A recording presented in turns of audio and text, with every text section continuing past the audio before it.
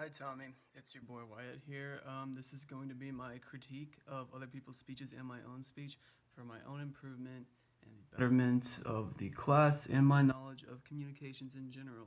So, the linguistic behavior that I was most pleased with that I did today when I was watching myself was how I interacted with people and was able to generally improvise with their answers. And I thought I really helped use this to improve the flow of the speech and help everything be constantly moving in a forward manner. Non-verbally, I tend to repeat my hand motion uh, very similarly in a way. And it doesn't, it seems to disrupt some things. It just does, it makes the flow seem repetitive, and I just thought it generally hurt. So I'd like to see more variation in my hand movement, because it's generally, I kind of would do the same few motions and then just rinse and repeat, and it didn't seem to help at all. The one thing that I did think I was pretty good at, I thought I was pretty good at making eye contact and just generally making people feel comfortable with the way I was looking. I thought that that also contributed to my ability to interact with the crowd. So things that I'd like to lose before the next switch. I already said the hand movement. And then a lot of time my transitions really were just kind of rocky, and once I got talking about it, I was pretty good. But until then, a lot of the times it felt very slow, and that's something that I'm not very proud of, and I do want to change that. So yeah, the hand movement, the transitions, and then I say way too many ums as well, and that also kind of goes with the transition, but I would still also do it whenever I was ending sentences. So that's what I want to improve. As far as ranking them would go, I would say number one is just the transitions. Number two is those hand movements. Number three is the ums, because the ums feel almost natural to an extent, but they still are problematic, and I could be improved without them. Okay, next part, peer critiques. The person who I was watching was Kyle Love in my group, and as he was talking about finances and everything. So I thought he was his tone was very consistent and constant. He felt like very I guess it was strong. It really could captivate the people who were watching. Compared to mine, I thought he could, you know, carry people towards him with his voice. And I think that's something I could really do too if I put more effort into practicing and looking at myself in the mirror. Um, and so, as far as nonverbal, I did think his hand motions were repetitive. He just kind of like, and I thought it was a bit dull at times. He also wasn't walking or moving, and that kind of bothered me to an extent. Um, so that's one thing that I'd like to see him improve on. But in so something that I was gonna use that he did is I like the way that in general in his speech he really seemed like he was pacing himself in a good way with his like interactions with the audience. Not just speech wise, but his body seemed to flow with the way he was talking about things. And, I would like him to move physically more, but the way he was moving his hands and shoulders and looking around, I did think that was a strong point of his. And so the other person I was critiquing is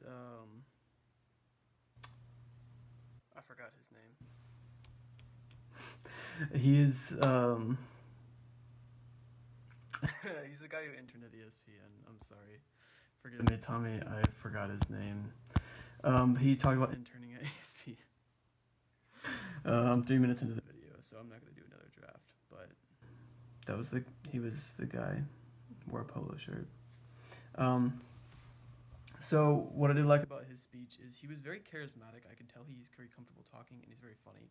Um, so like I think the way he incorporates humor is more flowing than the way I do it. I'm proud of the way I think I get laughs, but his was very fluid and didn't seem to disrupt his speech at all, which I thought was impressive. Um, the one thing I did that I could improve on is after his jokes, he seemed to transition a little rough, and it almost seemed like he was relying on them too much.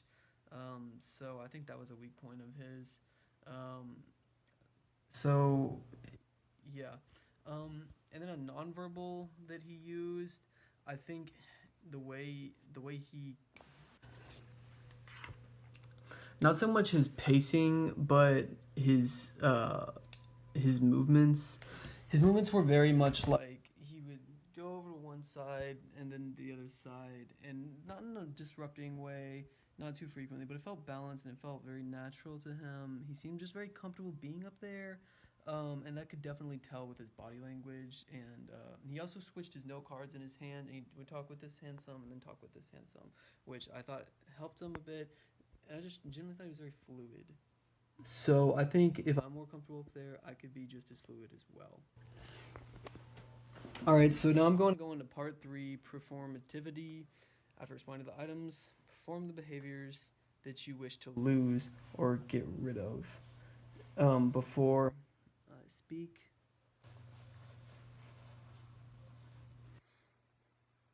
so my three no-nos, um, it's really like saying in inopportune times. Um, yeah, it doesn't seem to help my fluidity. Yeah, and then I would kind of smile, um, and then wait before I know to my next point.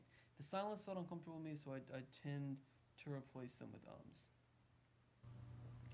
Next thing I'm gonna do my transitions. Did you see that transition? It was very awkward. Next thing I'm gonna do didn't flow very well. Didn't help anybody at all. Um, more ums. So yeah.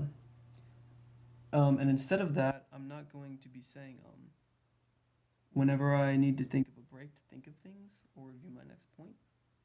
I'm going to take a pause and be quiet. So with that, that part of it I think is pretty cleared up. The stance I'm going to be striving for, it's mostly on the lines of being in the middle of the room. And the one thing I was proud of myself is I did use a stool, and I thought that really helped my presentation styling. So I really do like leaning on something or having a physical object because I feel like it takes tension away from the fact that I'm just standing up there in front of everybody. So as you can see right now, leaning on a chair comfortably. But if I do need to walk around, I think I will switch the hands I use my note cards in because that's something that I think Zach uses that I thought was very fluid with him. Here's the hammock that's in my dorm, or not dorm, apartment. I thought you'd find it entertaining. Thank you for taking the time to grade my video. It has a bunch of question marks next to this, so I want to quickly address all of them. Eye contact, that part I didn't think it was problematic. Volume projection, good. Stance, good. Talking too fast, good. Mumbling, I don't think so. Movements without meaning. Sometimes my hands are a little fidgety. Playing with arms, no. Fidgeting, Note cards, I just thought they were awkward to hold in my hand. I felt like I was just gripping them and it was taking too much attention. Unnecessary steps, rocking, swaying, dancing. I don't think that's me. So I went over my three no-nos, which was the saying, and then the transitioning, and finally, forgive me, the note card fidgeting and arm movements. So with that, I think my hands should be very solid. I think the note cards would be helpful if I placed them down or had them, I guess, move in my different hands. So anyway, sorry for the general disorganization of this. I was prepared enough, but I believe I hit everything you wanted. Anything needs clarifying, please ask me about it. Big fan. Hope you enjoy your evening. I'm sorry you have to watch my 9-minute video that I didn't condense down for you, but I appreciate you nonetheless. Goodbye, kind sir.